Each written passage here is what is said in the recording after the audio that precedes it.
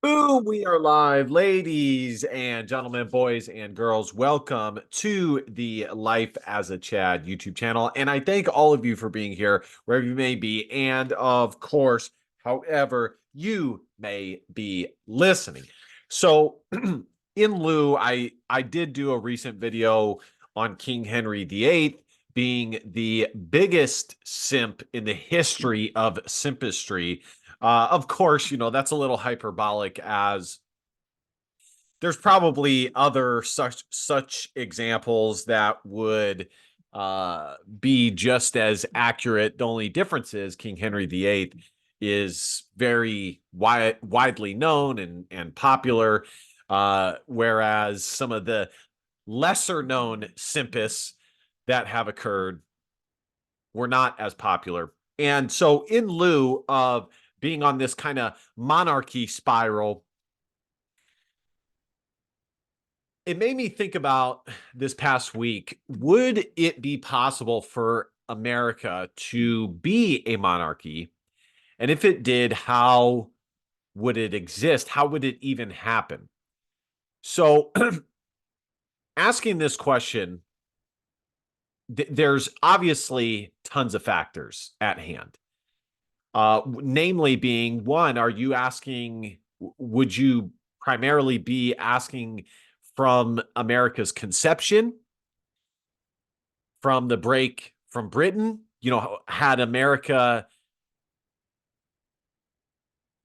immediately become a monarchy after their break from Britain? And honestly, it really wasn't that much of a stretch, as George Washington was such a beloved figure and leader of the men he led into battle, and as well as a legitimate governing individual over a citizenry that existed way back when. There definitely was some thought given to having George Washington just become the king of America.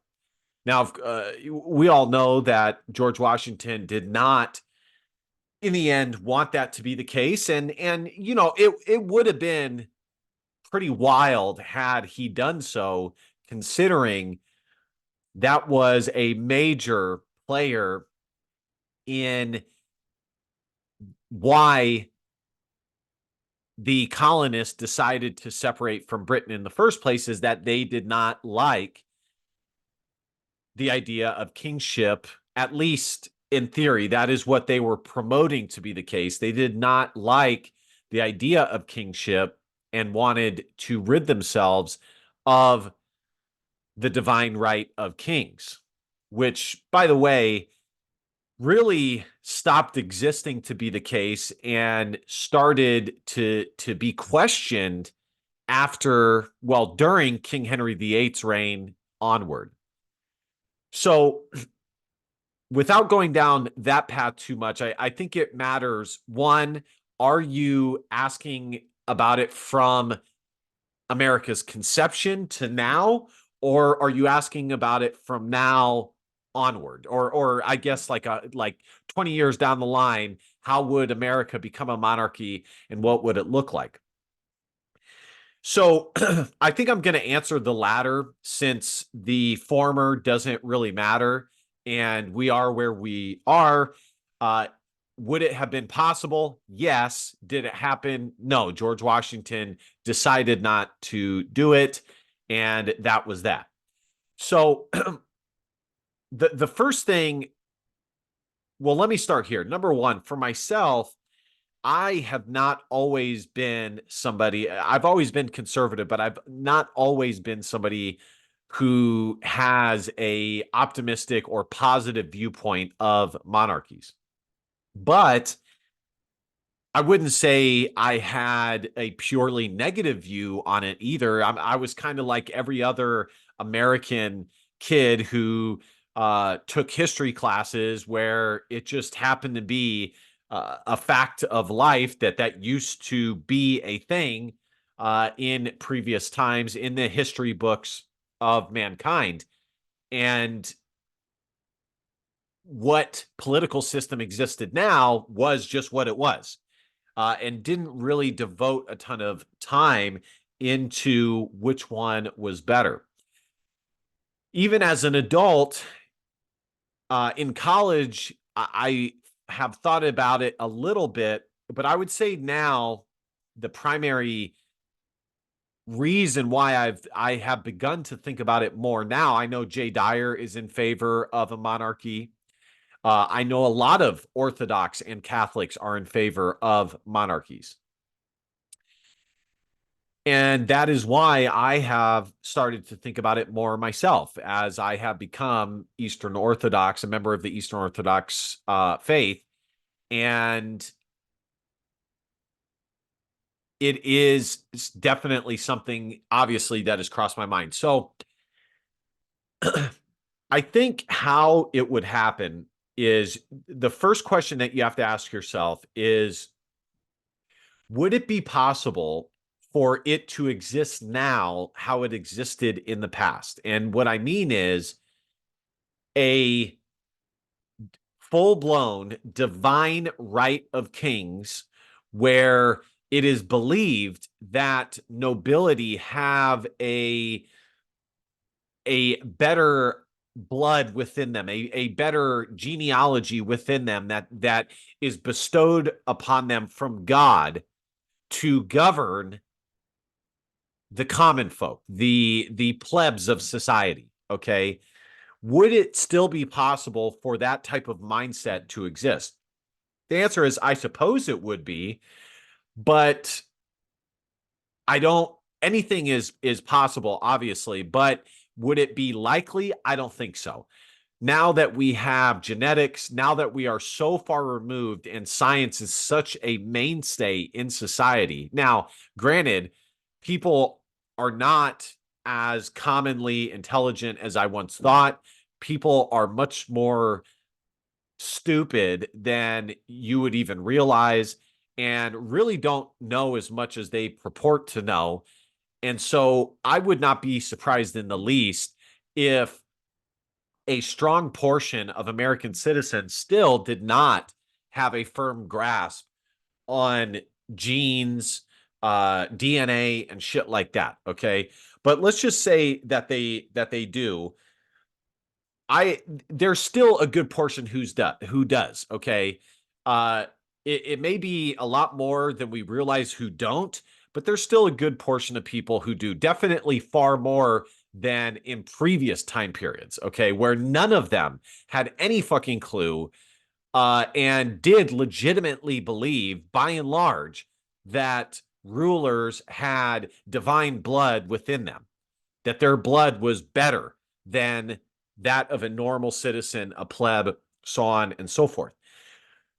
Sorry, guys, my back is killing me. Fucking worked out some back today. My back is killing me. But so, would it be possible for that type of mindset within a monarchy to exist? Like I said, of anything's possible, but would it be likely? No, because too many people know about DNA. They know too many people know about genealogy.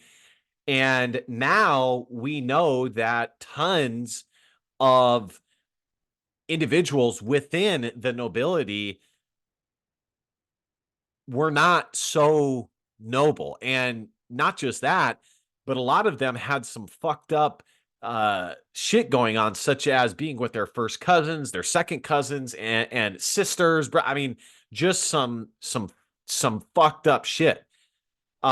Maybe brothers and sisters was too far, especially within Christian kingdoms, as that was seen as improper and things like that. But it still took quite a while for that to be the case. I mean, you guys, in monarchies for a long time, I mean, pretty much until its end, you would see commonly individuals marry first cousins or second cousins within their own family. Okay.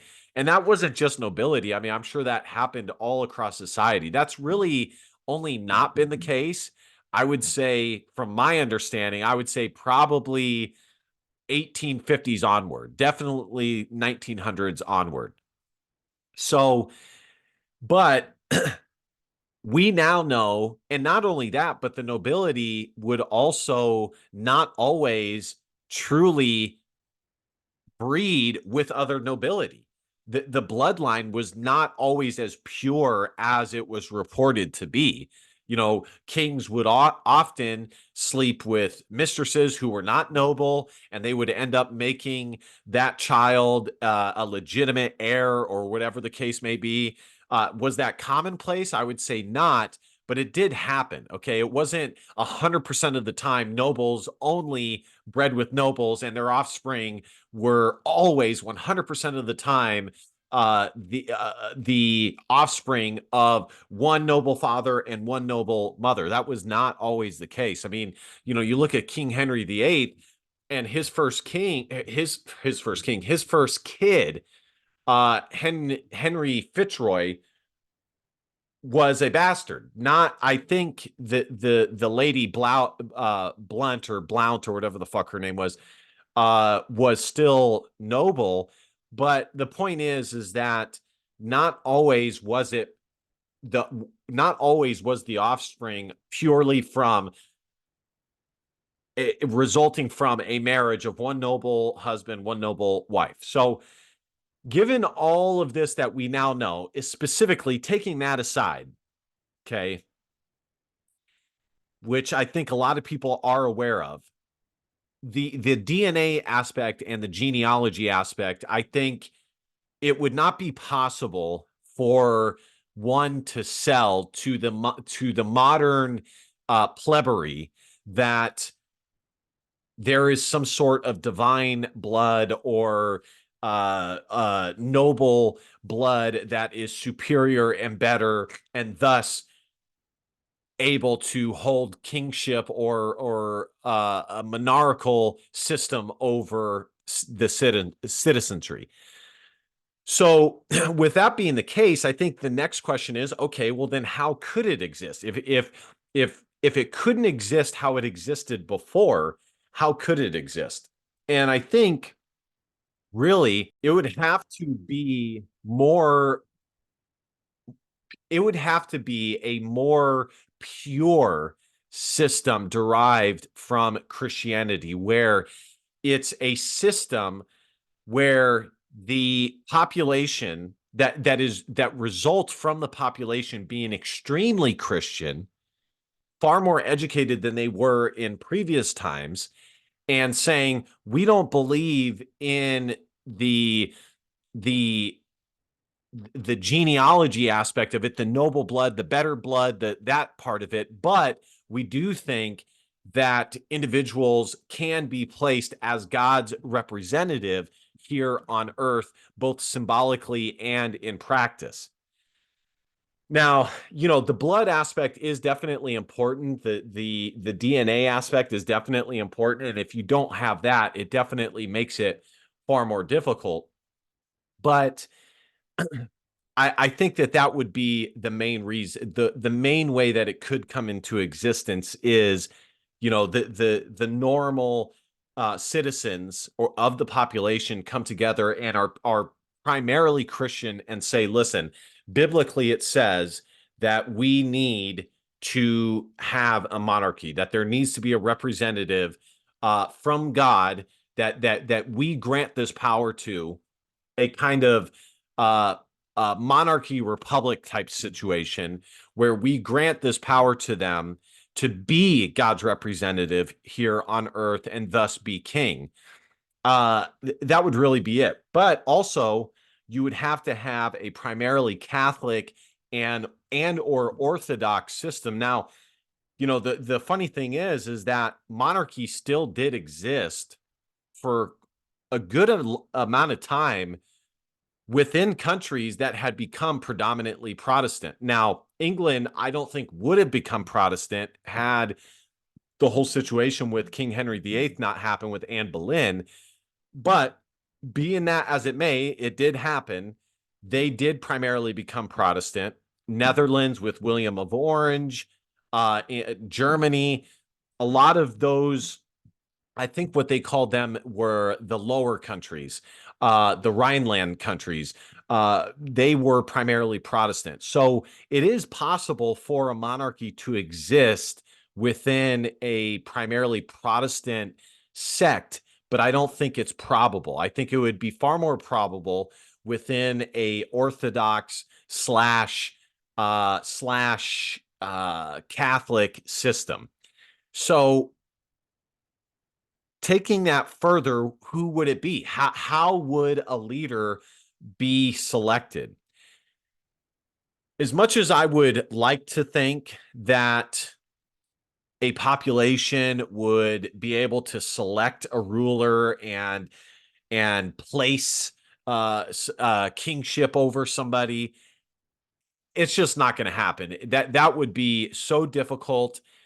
Nobody would ever there would not be, it would be virtually impossible for the the public to be able to come to a consensus or overwhelming consensus of who should be granted the kingship. And really, you do have to begin to set up a royal family again, not with the understanding that they have better blood or better DNA, but just that they, by way of believing in apostolic succession, that there will be a family who is dedicated to being the governors of this ruler or of this land, this country, rather than it being a like natural order with blood that is better and superior and shit like that. So um, it is likely that a leader would emerge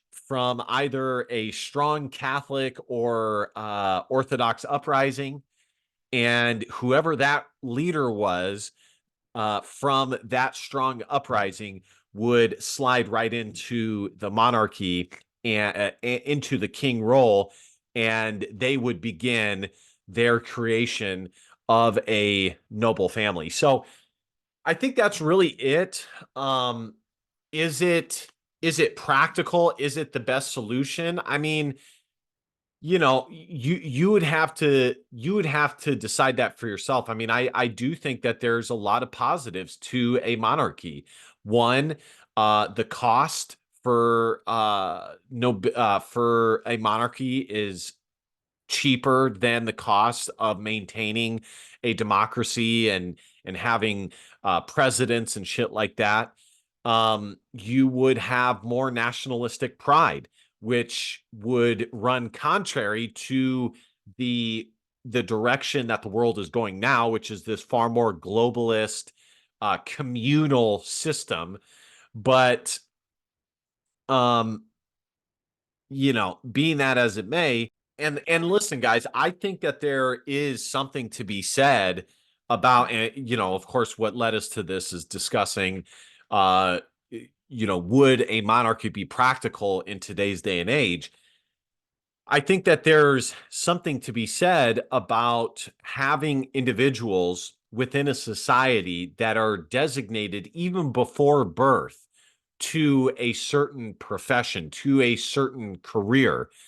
There's something to be said about somebody who is literally trained from being this fucking tall to becoming a leader or a king or whatever the case may be.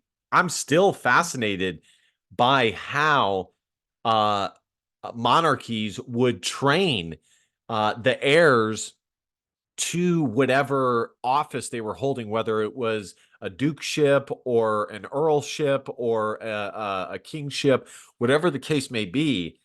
It's very interesting how they would raise them up to become the leaders that they are. I know for Queen Elizabeth the First, they made her now, of course, her situation was a little bit different as she was the third in the line of succession, so she was not raised in the same way that her brother was, Edward, who was first in line of succession, and sticking with the Tudor dynasty. There's the whole saying of the heir and the spare. Harry, King Henry VIII's, or excuse me, Arthur, King Henry VIII's brother, was the heir. And it is widely reported that the way King Henry VIII was raised was far different than how Arthur was raised. Matter of fact, they rarely even saw each other because Arthur was in his own world towards becoming King of England. So, but it's still nonetheless. And so, anyways, with all of that said, Queen Elizabeth I, she was taught like 7 different languages, definitely French, English, Spanish, uh, just all of these things that were very applicable towards being a good leader, a um, a good ambassador of your country, representative of your country. And I think there's something to be said about having a common history that is shared from ruler to ruler to ruler. So and there's other advantages. Um, do Overall, do I think it's likely that this would ever happen in America? No, I think the only way it would happen in America is one of two ways. One is if there is a massive surge within America, and this would require immigration to stop, um, and a few other things. It would require either a huge uprising of Christianity in America, primarily Orthodoxy or Catholicism, which we are starting to see, definitely towards Orthodoxy. The people are leaving Protestantism in high numbers towards more traditional historical versions of Christianity. But and who knows, it could end up being Islam, as there's tons of members of Islam that are moving to America day by day. So it may not even be Christianity, it may be Islam. But so that would be way one. And way number two would be if America had a massive civil war of some kind, or massive war abroad, or there was a massive plague, or disease, or whatever the case may be, and it totally just shook up everything.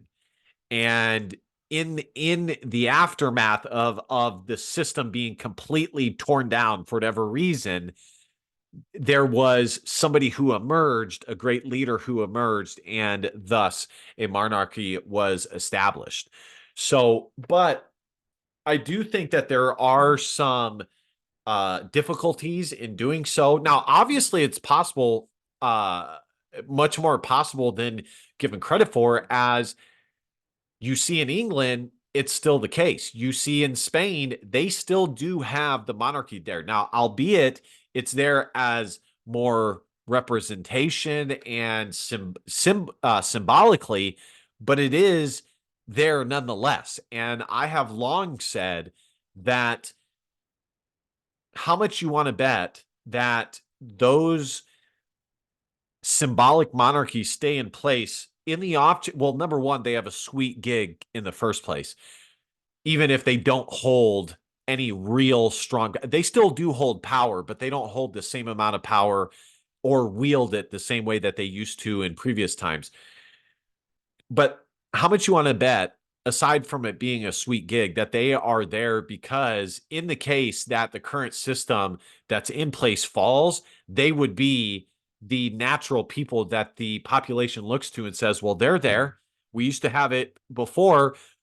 Why can't we have it again? But regardless of that, I think it's a good example that even in modern times, well educated, much more educated than in previous times, citizenry, the plebs, can get around to the idea of a monarchy and even still like it.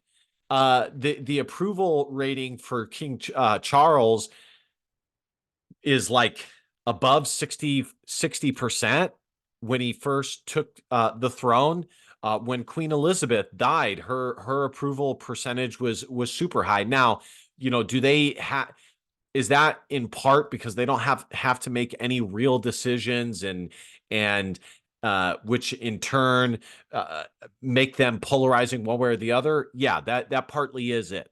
They basically just have to be there and wave and look good. But nonetheless, it still demonstrates that even in well-educated societies, the individuals can still, the population can still get their mind around towards the idea of a monarchy. So, with that said, I think it's highly unlikely that it would ever happen in America. But and the problem of, if you don't have that buy-in that there is a divine blood or superior bloodline, if you do not have that, it does become more difficult, but not impossible, to have the monarchy. So anyways, guys, I thought this would be an interesting point of discussion. You never know. It definitely will not happen in our lifetime. This would only happen like far in the future. We are pretty much set in stone in the democracies that we have, but you never know. I mean, currently we're nearing World War III as it is. I mean, in the blink of an eye, we could be in World War III, and with the type of weaponry that exists today, there could be some real damage that is done, and societies that would have to emerge from the dust that is catastrophe. So, anyways, guys, let me know what you guys think. Do you guys think that a monarchy could ever exist in America? Is it ever going to exist as a primary means of rule in the West? I would say, not just America. Let me know what you guys think. At the very least, like, comment, share, subscribe. And last but not least, DBAP, don't be a pussy with low facts or feelings, because your feelings just don't matter. Love you, King. See you guys next time. Christ is King. Peace.